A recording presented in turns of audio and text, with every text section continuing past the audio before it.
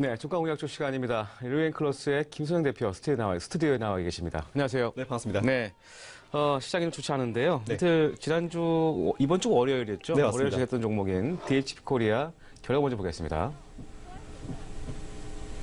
네, DHP 코리아가 제시 종가가 8,540원이었고요. 장 이틀 동안에 2.4% 상승하면서 무승부로 처리가 됐습니다. 그동안 제시했던 종가 공약수 한번 살펴볼까요?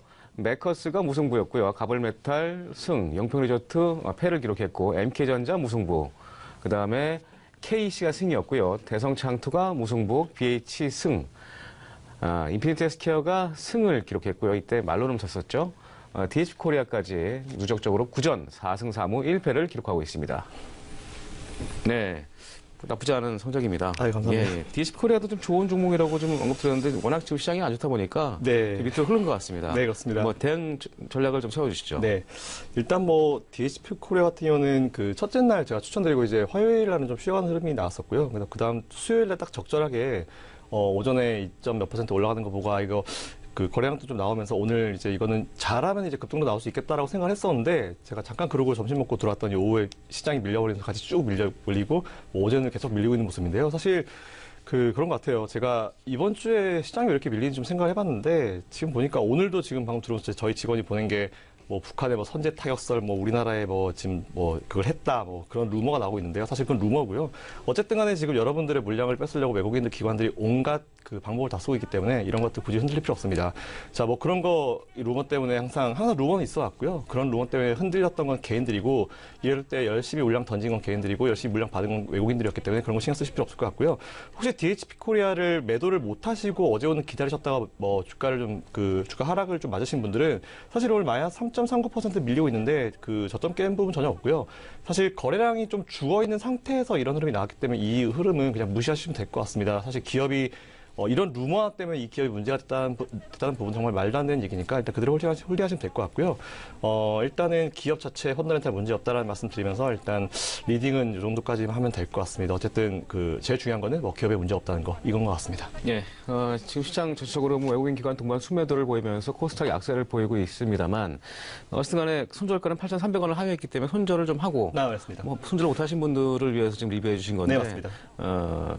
저평가 메리트가 있는 상황이기 때문에 네네. 홀딩해보자. 네. 그래도 손절가를 좀 설정해 주시는 게 좋을 것 같습니다. 2차 손절가를 좀 설정해 주시는 게 좋지 않을까 싶네요. 네, 아무래도 예. 그렇죠. 그렇게 되면 일단 지금 최근에 기술적인 부분을 봤을 때 사실 더 저점을 계속 찍어가는 부분이 제일 좋을 것 같고요. 만일 이 정도 라인이죠. 지난 10월 말 정도인데 이날 기준으로 저가가 보니까 7,700원인 것 같아요. 일단 7,700원이 벗어나게 되면 사실 그래도 지금은 조금 이제 상승 패턴이 어느 정도 좀 만들어지고 있다라고 사실 과언이 아닌 문제가 없는데 7,700원이 많이 망가지게 되면은 이건 진짜 이제 조금 이제 내려갈 수 있는 차트로 될 수 있습니다. 단기든 중기든요. 그렇기 때문에 7,700원이 많이 깨지면 일단 무조건 도망가시면 될 것 같고요.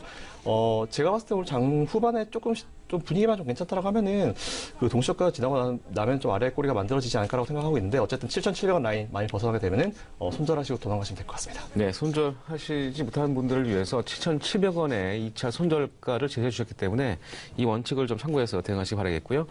그만큼 또 회사는 좋은 회사니까 시간이 좀 지나면 또 좋게 생각할 수도 있을 것 같네요. 네, 맞습니다. 예, 알겠습니다. 오늘 준비한 종목 어떤 종목입니까? 네, 일단 오늘도 사실은 제가 준비하면서도 오늘은 아무래도 막판까지 좀 밀어버릴 수 있겠다라고 생각했고요. 사실 저는 이제 제 입장에서는 종가가 좀 이제 낮게 형성되면 좋기 때문에 한번 그런 종목 중에 좀 잘 버틸 수 있을 만한 종목이 뭐 있나라고 한번 생각해봤는데 오늘 조금 이제 공격적으로 한번 가보겠습니다. 오늘 제가 준비한 종목은요 3위학기입니다. 코드 번호는 002450번이고요. 아마 이름만 들어보시면 여러분들 다 아실 수 있을 만한 기업입니다. 본기업은 1958년도 설립된 국내 최대의 종합 악기 회사죠. 그래서 1998년도에 상장을 했고요. 국내 피아노 시장에서는 거의 독과점적인 위치를 차지하고 있고 세계 피아노 시장 자체에서도 정상급의 위상을 보유하고 있는 기업으로 주요 매출부 사업부는 보통 피아노, 기타, 현악기 그리고 일반 악기로 보통 구성이 되어 있는 기업입니다. 생산 거점지는 인도네시아인데요. 좀 특이한 게 인도네시아 현지 법인에서 생산한 다음에 이제 우리나라 쪽으로 다시 매입을 해가지고 제3국으로 다시 수출하는 방식으로 지금 진행이 되고 있고요. 이렇게 중개무역이라고 하는데 중개무역 매출 비중이 조금 높은 기업이라고 생각하시면 될 것 같습니다.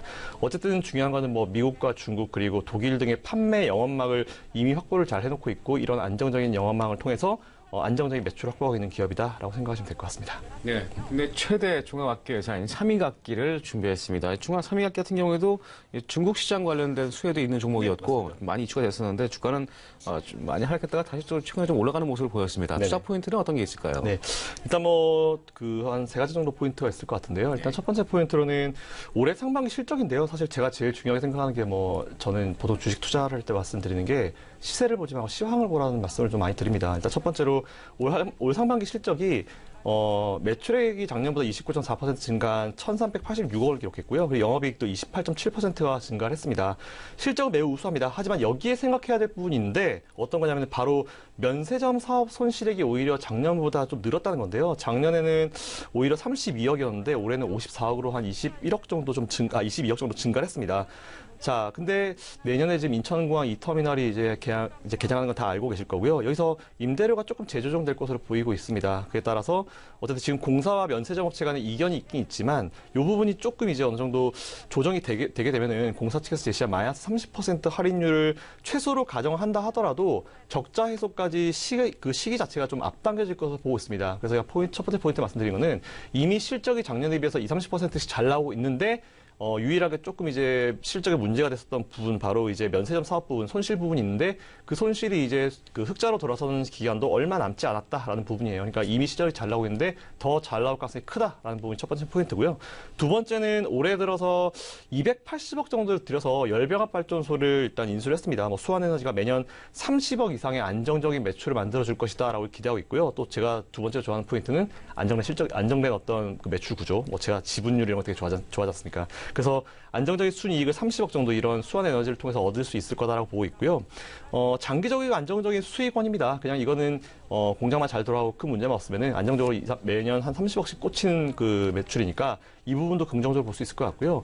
거기다가 또 방금 우리 앵커님께서 말씀하신 중국 관련 쪽인데 그 사드 관련 문제가 조금 애매해지면서 사실 이제 이쪽 관련 종목들이 다 데미지를 받았는데요. 사실 제가 좀 따져보니까 그 다른 기업들에 비해서 삼익악기는 그렇게 그 큰 영향을 받지 않았습니다. 그래서 왜 그랬나 봤더니 아무래도 피아노는 이제 고가의 제품이기 때문에, 그리고 뭔가 이제 피아노나 악기 하시는 분들 아시겠지만 그 작은 음에도 정말 예민합니다. 그래서 세계적인 어떤 브랜드를 많이 찾기도 하고 하기 때문에 건드릴 수 없는 그런 업종이다라고 좀 평가를 하고 있습니다. 아무래도 그 우리나라와 관계가 좀 애매해졌기 때문에 우리나라 피아노 수입 안 해. 근데 알고 보니까 우리나라 피아노가 최고래. 어쩔 수 없죠.